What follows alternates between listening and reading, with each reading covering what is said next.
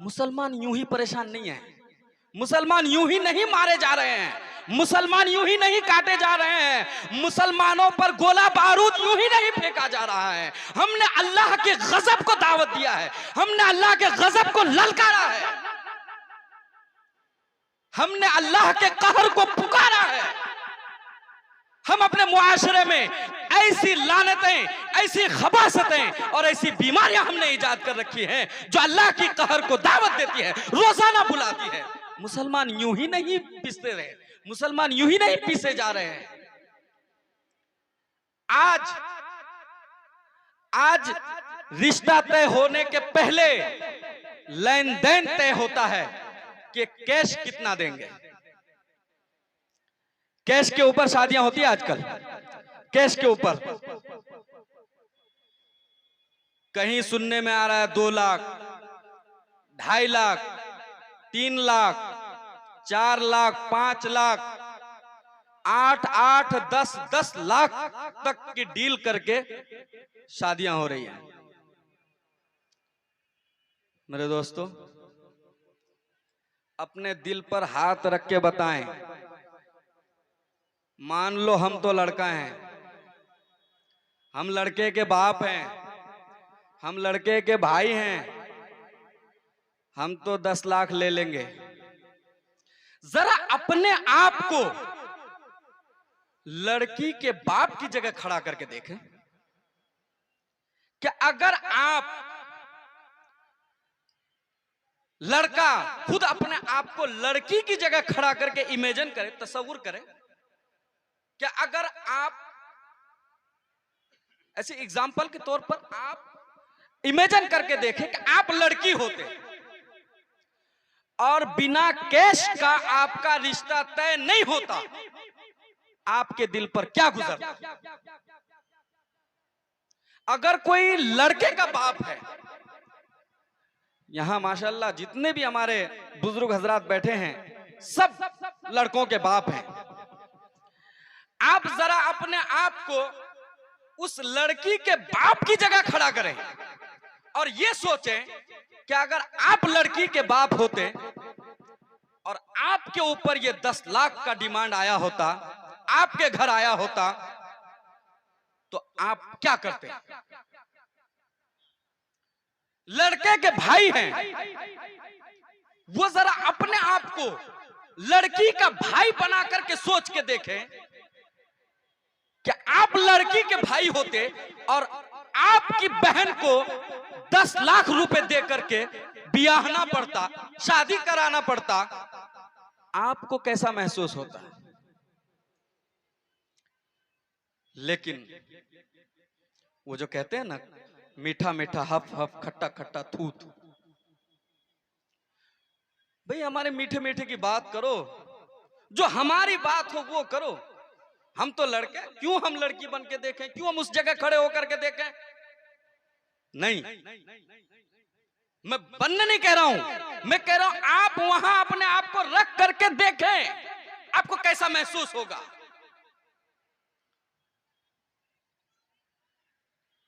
दिल जो है ना,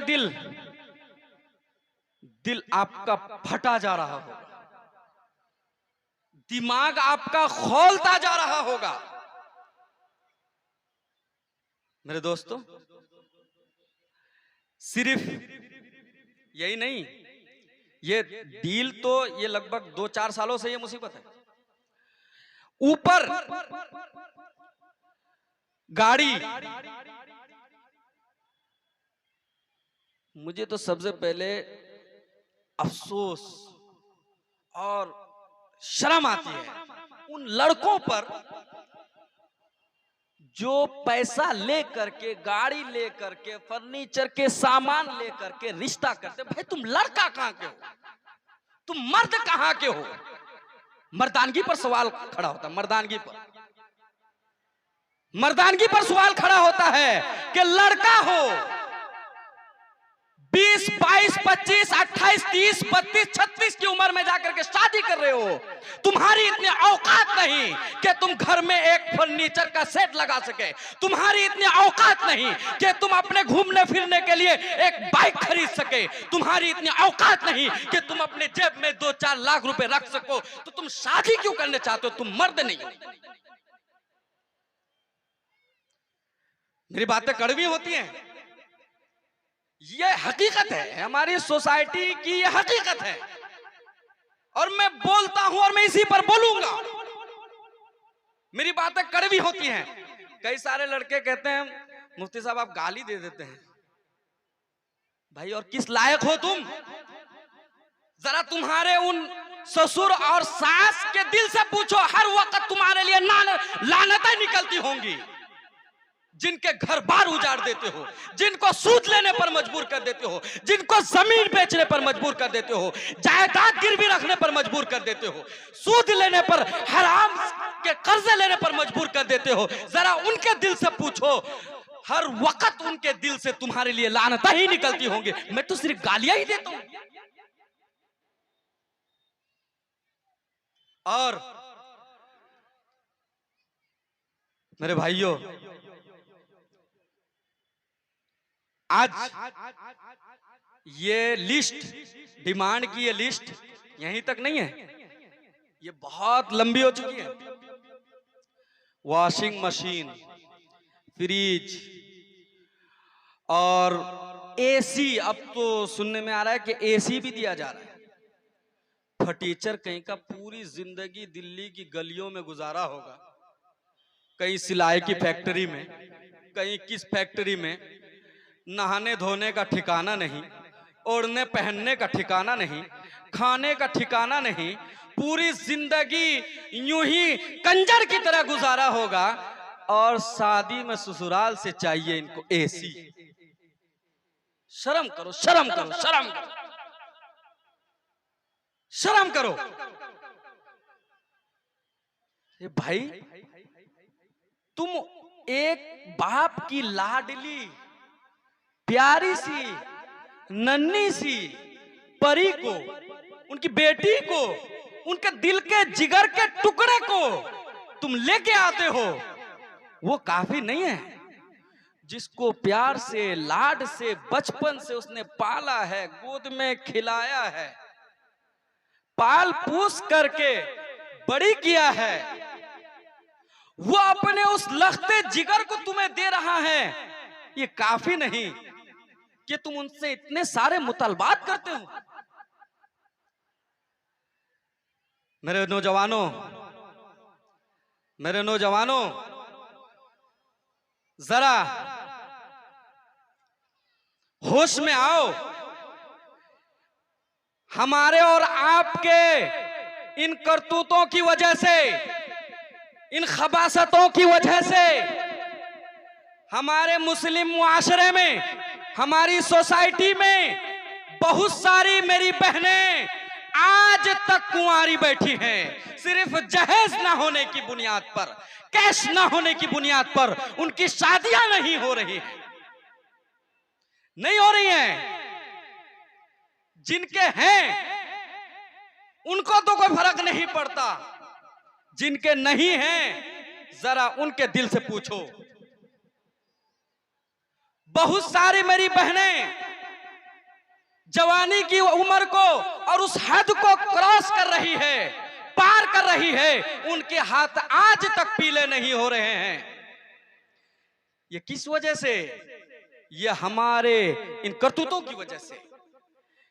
मेरे दोस्तों, आप अपने गांव में, पड़ोस वाले गांव में नजर दौड़ाएं, आपको पता चलेगा कि कितनी सारी बहन बेटियां हमारी जो हैं वो आज तक कुंवारी खड़ी हैं, पड़ी। हम मुसलमान हैं, हम मुसलमान हैं। हमारी इस जहेज की वजह से हमारे मुस्लिम भाइयों की बेटियां, हमारे मुस्लिम भाइयों की बहनें कुंवारी रहे, घर पे उनके हाथ पीले ना हो, वो रोती रहे और अपने आप को कोसती रहे। हम मुसलमान हैं।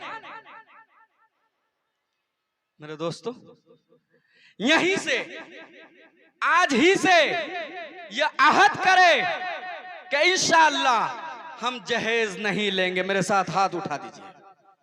इंशाअल्लाह मेरे साथ हाथ उठा दीजिए, मेरे साथ हाथ उठा दीजिए।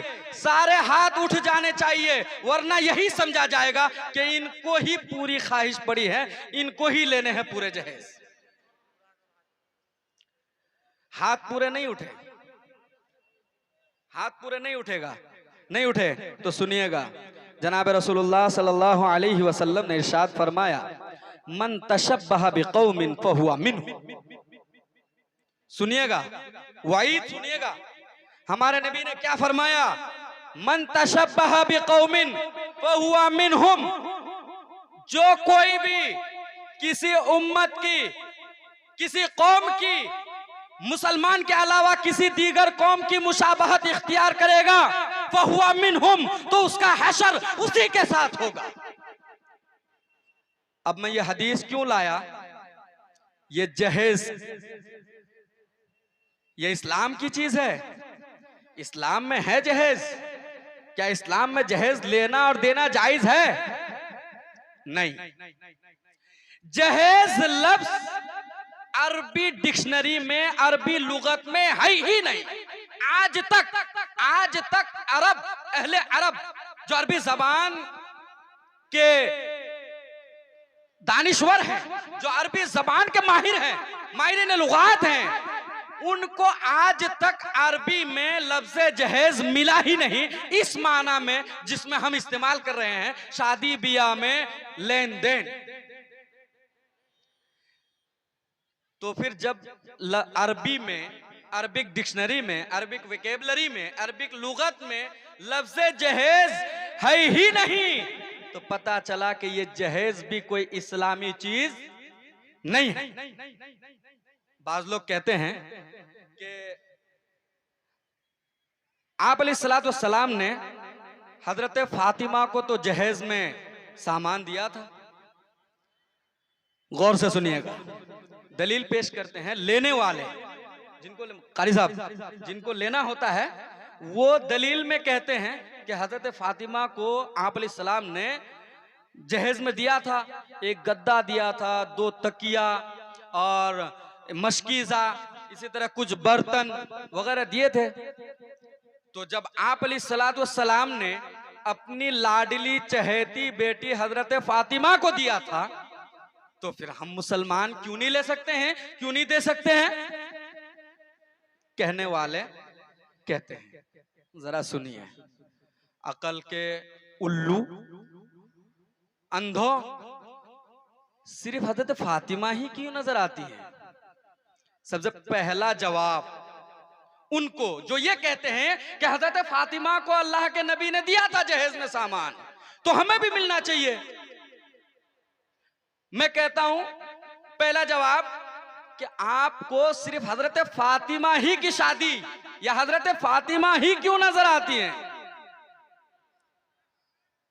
जरा आप हमें कोई दीगर आपकी साहबजादी से, कोई दीगर सहाबिया से, क्योंकि अगर शरीयत में जहेज लेना देना जायज होता और इसका कोई रिवाज होता और सोसाइटी में, मुआशरे में इसका कोई हिस्सा होता, इसकी कोई जगह होती, तो आप अलैहिस्सलाम सिर्फ हजरत फातिमा ही को क्यों जहेज देते?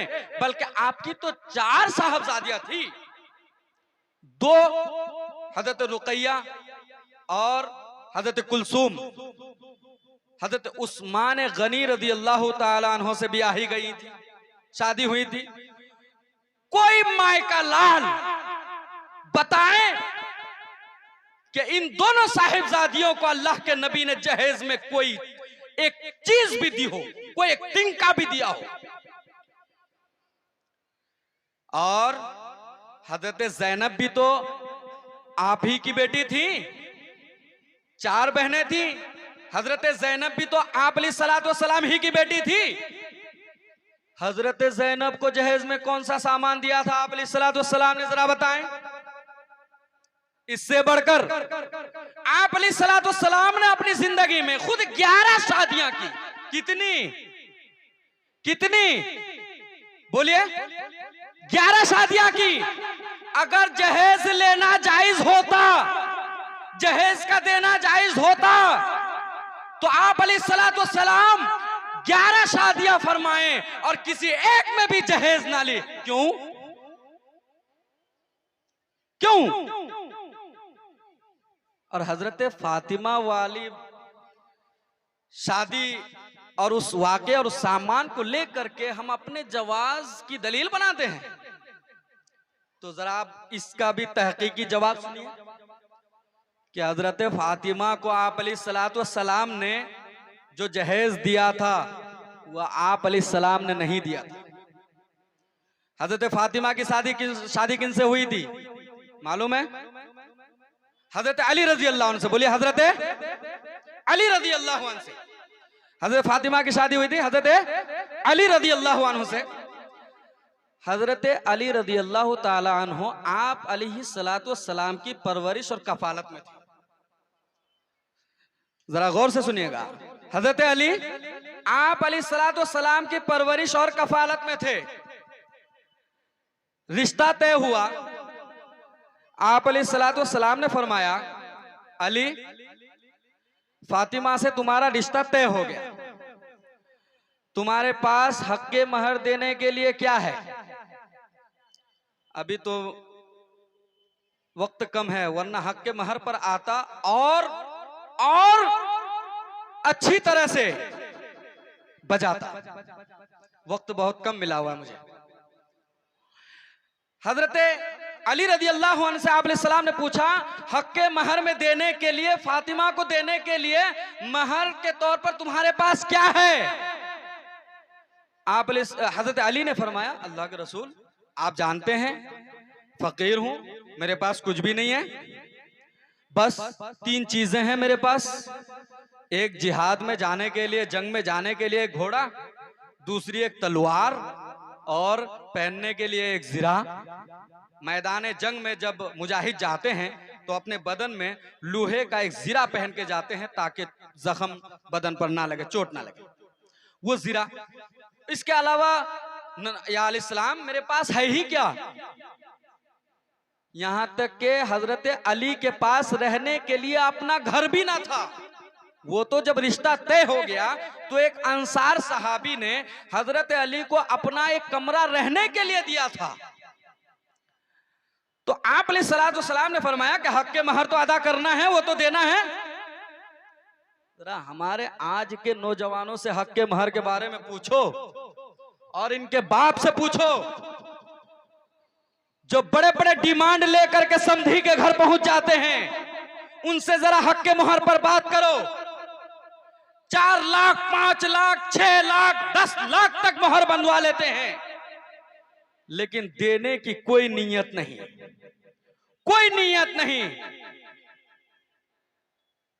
तो आप अलैहिस्सलाम ने फरमाया कि हक्के मोहर तो अदा करना है, तो एक काम करो, ये जो तुम्हारा जीरा है, तलवार और घोड़ा तो तुम्हें चाहिए, जीरा तुम जो है बेच दो या गिरवी रख दो। हजरत अली रज़ी अल्लाह ताला अन्हु वो जीरा ले करके और 1-2 साहबी थे, बेचने के लिए बाजार गए। बाजार में हजरत उस्मान गनी रज़ी अल्लाह अन्हु में गए। हजरत उस्मान गनी बड़े मालदार थे। हजरत उस्मान गनी रज़ी अल्लाह ताला अन्हु ने पूछा अली किधर जा रहे हो? कहा रिश्ता तय हो गया, हक्के महर के लिए मेरे पास कुछ भी नहीं है, मैं ये जीरा बेचने जा रहा हूं, इसे बेच करके हक्के महर अदा करना है। कहा अच्छा। रिवायत मुख्तलिफ रिवायत में आता है, किसी में 350, किसी में 320 ऐसा कुछ दिरहम या दीनार में बेचा। वो पैसा ले करके आए और हजरत अली रज़ी अल्लाह अन्हु ने वो पैसा आप अलैहिस्सलाम के हाथ में थमा दिया। जरा यहां मुतवज्जे रहिएगा बिल्कुल, और मैं आपसे पूछूंगा जीरा किनका था? जीरा किनका था? हजरत अली का था। बेचा किसने? हजरत अली ने। पैसा किनके हाथ में दिया? आप अलैहिस्सलाम के हाथ में। तवज्जो रखिएगा, जीरा अली का था, बेचा हजरत अली ने, पैसा आप अलैहिस्सलाम के हाथ में पहुंचाया। आप अलैहिस्सलाम ने उसमें से कुछ रकम निकाल करके अंदर भिजवा दिए कि फातिमा के लिए कुछ मेहंदी, कुछ खुशबू और कपड़े वगैरह जो उनकी जरूरत की चीजें हैं रुखसती के लिए वो लाएं। और कुछ रकम से, बकिया कुछ रकम से आप अलैहिस्सलाम ने फरमाया कि इनसे जो है जो घरेलू जरूरत की चीजें हैं वो खरीद लो। उस रकम से एक गद्दा जिसमें खजूर की छाल भरी हुई थी, 2 तकिए जिसमें खजूर की छाल भरी हुई थी, एक मशकीज़ा और इसी तरह से कुछ बर्तन खरीद लिए। तवज्जो, जीरा किनका था? बोलिए जोर से, जीरा किनका था? हजरत अली का। जोर से बोलिए, जीरा किनका था? बेचा किसने? पैसा किनके हाथ में पहुंचाया? आप अलैहिस्सलाम के हाथ में। आधी रकम कहां पहुंचाया? अंदर हजरत फातिमा की चीजें खरीदने के लिए। और आधी रकम से क्या खरीदवाया? आधी रकम से ये कुछ घरेलू जरूरियात के सामान जैसे गद्दा, तकिया, मशकीज़ा वगैरह। अब जरा बताइए,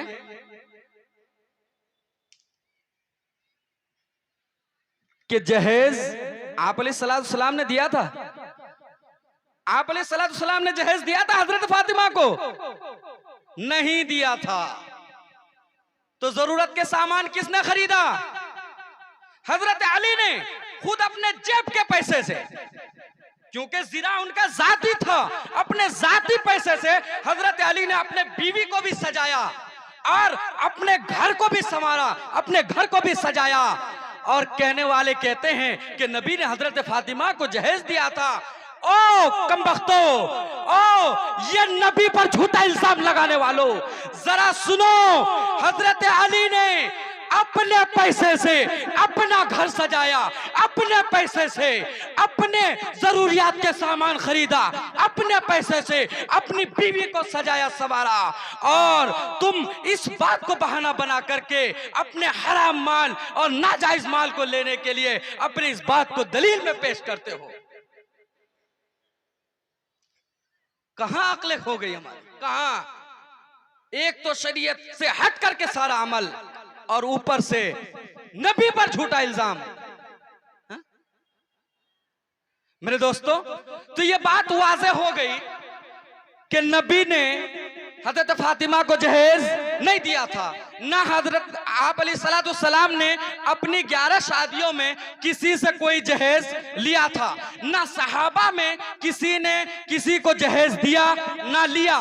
मेरे दोस्तों, शरीयत मुतहरा में कहीं से कहीं तक भी ये जहेज का लेन देन नहीं है। तो फिर ये जहेज का लेन देन आया कहां से? मैं इस हकीकत को बयान करके अपनी बात को खत्म करता हूं। ये जहेज, ये लानत, ये बला आई हमारे यहां हिंदुओं से। क्योंकि हिंदुओं में, आर्य समाज में और सनातन धर्म में, इसी तरह जो और भी इनके जात और फिरके हैं, इनमें लड़कियों को मीरास में कोई हिस्सा नहीं दिया और मीरास में इनको कोई वारिस नहीं बनाया। तो हिंदुओं में एक चीज है तिलक नाम की। तिलक, गौर से सुनिएगा, तिलक नाम की। वो क्या होता है कि जब वो अपनी लड़की को ब्याहते हैं, शादी कराते हैं, तो उनके हिस्से का जो कुछ भी होता है जायदाद में से बेच करके अपनी बेटी को रुखसती को दे दा करके मामला खत्म कर देता है। अब चूंकि यहां पहले इस्लाम कहां से आया? अरब से आया, और ज्यादातर मुसलमान इस्लाम मजहब को कबूल किए, तो वो पहले हिंदू थे। तो उस हिंदुआना रस्मो रिवाज से निकलते निकलते कुछ चीजें उनमें रह गई और वो समझते थे कि जिस तरह हम पहले अपनी बेटियों को देते थे, हम मुसलमान हो गए हैं तो क्या हम उनका हिस्सा अभी भी दे सकते हैं? मेरे दोस्तों, उस वक्त इस्लामी तालीमात इतनी आम नहीं थी, मुबल्लिग इतने बतलाने वाले नहीं थे, सही तालीमात उन तक नहीं पहुंचे थे। उनसे गलती हो गई थी कि उन्होंने एक बुरी रस्म और रिवाज को जारी रखा और तिलक के नाम पर अपनी बेटियों को वो कुछ ना कुछ देते रहा। लेकिन क्या अब हमारे लिए, जब हमने इस्लामी तालीमात को जान लिया, समझ लिया, सीख लिया, क्या अब हमारे लिए ये तरीका जायज है कि हम जहेज लें और दें? नहीं।